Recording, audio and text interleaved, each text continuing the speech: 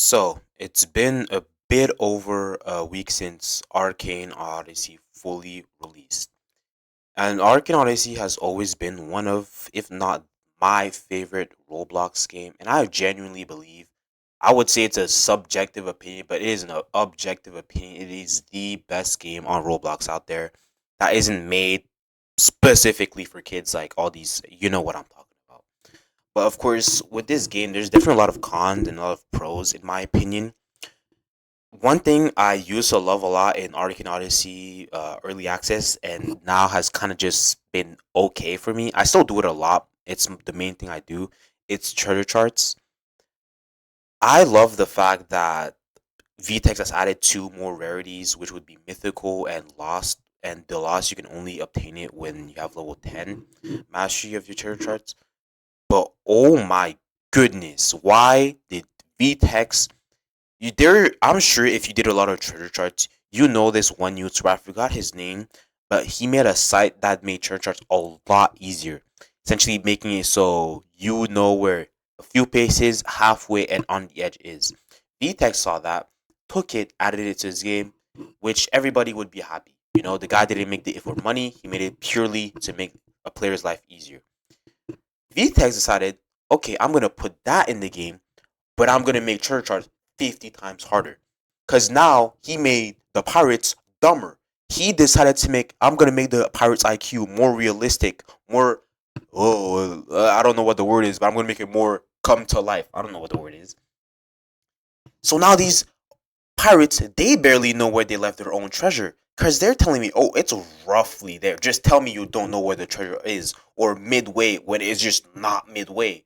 And all these boundaries. There's a couple more words that I remember, but these words genuinely be pissing me off. The moment I see it is roughly, I just reset and just try and get a new chart because I'm not dealing with roughly or all this. And then mythical treasure charts where I know VTEX wants to make these games realistic. Yeah, but how is a pirate or any human being, actually, these are not humans, they're not human, they're subhumans, gonna tell me, oh, my chart is in the Nimbus Wilds or in Samira?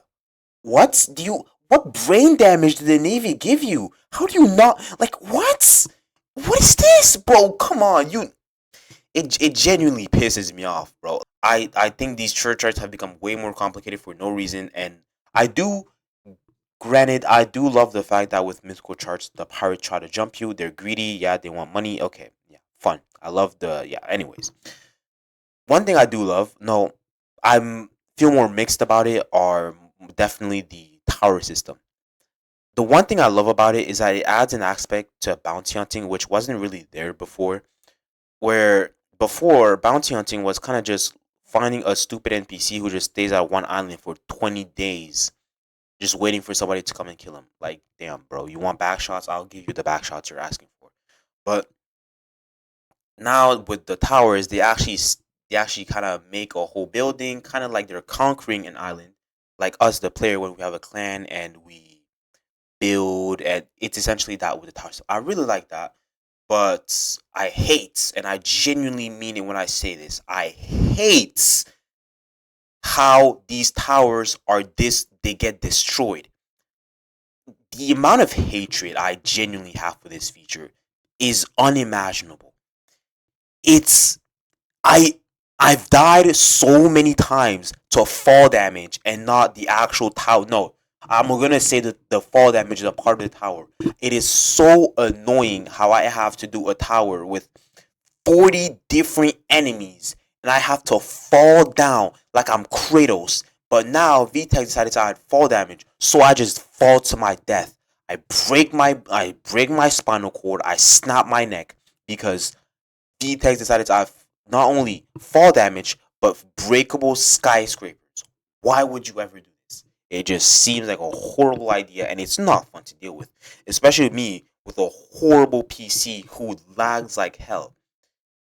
But I still love this game, even with the amount of lag that I have. I love this game to death, and it brings me to the fact that I think fleet system. Some people are gonna disagree with me. A lot of people are gonna disagree with me, but I think it's one of the best features in this update. I've been on the Reddit a little bit, and I've heard a lot of people say The fleet system ruined the economy. The fleet system has made drachma essentially useless, which I would agree with you, but everybody has access to this. So it's not really that bad. Every single player has access to the fleet system. So essentially, it kind of did nothing. You know, this 700k items where they were talking about sunken items, I think that's a worthy price because these are already super rare items that you would get through a lot of time. And selling them from 700k, essentially making players millionaires, it's worth it. You know, you spend a lot of time and you got something you don't want, sell it for a lot of money because other players want it. Yeah, to me it makes sense. Now, of course, there's not really much in this game that you can buy for 1 million drachma, which is why people would say that it has ruined the economy.